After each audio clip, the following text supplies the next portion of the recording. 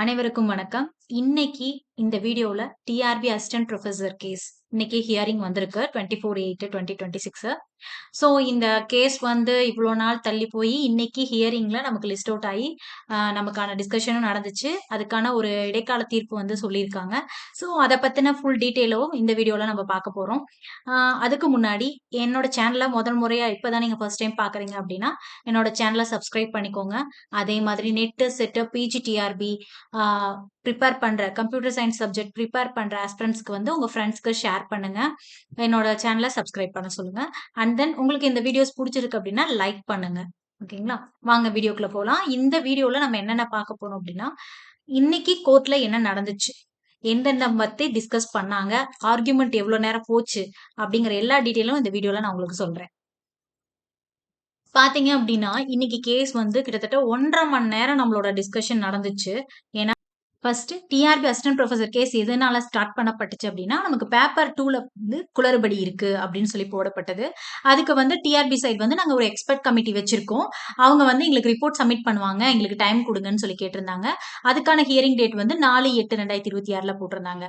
So அந்த 4/8/2026ல பாத்தீங்க அப்படின்னா, நமக்கு ஏஐஜி அட்வொகேட் ஜெனரல் வந்து ஆஜராகாதனால நமக்கு அந்த ஹியரிங்க வந்து தள்ளி வச்சாங்க.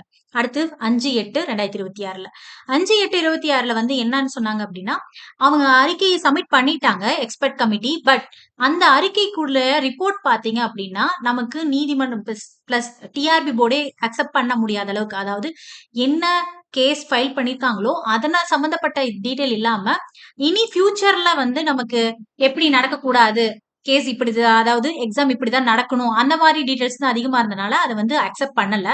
அதனால என்ன பண்ணுனாங்க அப்படின்னா, ஒரு 10 நாள் டைம் லிமிட் கேட்டு நமக்கு 17th அன்னைக்கு ஹியரிங் வச்சிருந்தாங்க. சோ அந்த 17th அன்னைக்கு பாத்தீங்க அப்படின்னா, நம்மளோட லிஸ்ட் அவுட் ஆயும் நம்மளோடது வந்து கேஸ் வந்து நடக்க முடியாம போயிருச்சு சம் சிச்சுவேஷன்ல. அது அப்படியே தள்ளி போய் இன்னைக்கு வந்து நமக்கான கேஸ் டீடைல்ஸ் வந்து ஒரு 1.5 மணி நேரம் நடந்துச்சு. அதுல என்னென்ன சொன்னாங்க அப்படின்னா, இன்னைக்கு அந்த இன்னைக்கு அவங்க எக்ஸ்பர்ட் கமிட்டி வந்து ரிப்போர்ட்டை வந்து கோர்ட்ல சப்மிட் பண்ணியிருக்காங்க. செகண்ட் எக்ஸ்பர்ட் கமிட்டி அவங்க சப்மிட் பண்ணதை வந்து கோர்ட் அக்செப்ட் பண்ணிச்சு.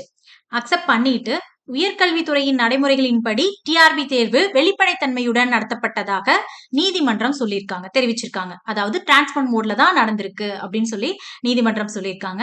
அது இல்லாம இந்த விவகாரத்துல உயர் நீதிமன்றத்துல இனி மேல்முறையீடு இல்ல அப்படின்னு கூறப்பட்டிருக்கு. ஓகேங்களா? அது மட்டும் இல்லாம இந்த ரீவேல்யூஷன் பாத்தீங்க அப்படின்னா இப்ப வரைக்கும் நமக்கு 4 முறை செய்யப்பட்டிருக்கு. அதனால இதுக்கு மேல ரீவேல்யூஷன் கிடையாது அப்படின்னு சொல்லியிருக்காங்க. அதுவும் இல்லாம சென்னை மற்றும் மதுரை உயர்நீதிமன்றம் வழக்கு, அதாவது இது வரைக்கும் சென்னையிலயும் சரி மதுரையிலயும் சரி ஒரு 51 பேருக்கு வந்து கேஸ் ஃபைல் பண்ணிருக்காங்க. அவங்களுக்கு அவங்க 51 பேருக்கு மட்டும் பணியிடங்களை ஒதுக்கி வச்சுட்டு மத்தவங்களுக்கு வந்து நீங்க ஃபர்தரா அடுத்த கட்டத்துக்கு நீங்க போலாம் அப்படின்னு சொல்லி இன்னைக்கு அட்வொகேட் ஜெனரல் வந்து தெரிவித்திருக்காரு. அதாவது மற்ற அனைத்து தேர்வாளர்களுக்கும் சர்டிபிகேட் வெரிஃபிகேஷன் மற்றும் இன்டர்வியூ டிஆர்பி தொடரலாம் அப்படின்னு அட்வொகேட் ஜெனரல் வந்து தெரிவித்ததா நமக்கு நீதிமன்றம் அனுமதிச்சிரு. ஓகே, நீங்க அடுத்தவங்களுக்கு பண்ணுங்க இந்த 51 மெம்பர்ஸ் தவிர அப்படின்ட்டு. அதே மாதிரி இந்த 51 மெம்பர்ஸ்க்கும் பாத்தீங்க அப்படின்னா அவங்களுக்கான ஆன்சர் கீ வந்து டிஆர்பி வழங்கணும். எத்தனை நாள்ல 10 நாளுக்குள்ள நீங்க வழங்கணும் அப்படின்னு சொல்லியும் நீதிமன்றம் வந்து டிஆர்பி போர்டுக்கு சொல்லியிருக்காங்க. சோ அதனால அவங்களுக்கு அந்த 10 நாளுக்குள்ள கண்டிப்பா அவங்களுக்கு வந்து டிஆர்பி போர்டு வந்து ஆன்சர் காப்பீஸ் வந்து அவங்களுக்கு கொடுத்துருவாங்க. அதே மாதிரி அவங்க 51 பேர் தவிர மீதி எல்லாத்துக்கும் வந்து ஃபர்தர் ப்ராசஸ் நடத்த சொல்லியும் சொல்லிட்டாங்க. சோ இதுக்கு மேலேயும் நம்ம வந்து எந்த கேஸும் ஃபைல் பண்ண முடியாதுங்கிற மாதிரியும் சொல்லிட்டாங்க. அதனால இனி எல்லாரும் வந்து மெரிட் லிஸ்ட்ல இருக்கிறவங்க உங்களுக்கு தெரியும், சிவிக்கு எல்லாரும் ரெடியாக பாருங்க. ஓகேங்களா? இதுதான் இன்னைக்கு நடந்தது. இது நடந்தது தொடர்பா தான் நான் இந்த உங்களுக்கு ஒரு சின்ன அப்டேட் கொடுத்துருக்கேன். இதுல வேற ஏதாவது உங்களுக்கு டவுட் இருந்துச்சுன்னா எனக்கு கமெண்ட் செக்ஷன்ல சொல்லுங்க. அதுக்கு முன்னாடி இந்த சேனலை இப்பதான் ஃபர்ஸ்ட் டைம் பாக்குறீங்க அப்படின்னா என்னோட சேனலை சப்ஸ்கிரைப் பண்ணுங்க. அதே மாதிரி இந்த வீடியோ உங்களுக்கு பிடிச்சிருக்கு ஓகே அப்படின்னா எனக்கு லைக் பண்ணுங்க. தேங்க்யூ. Thank you all.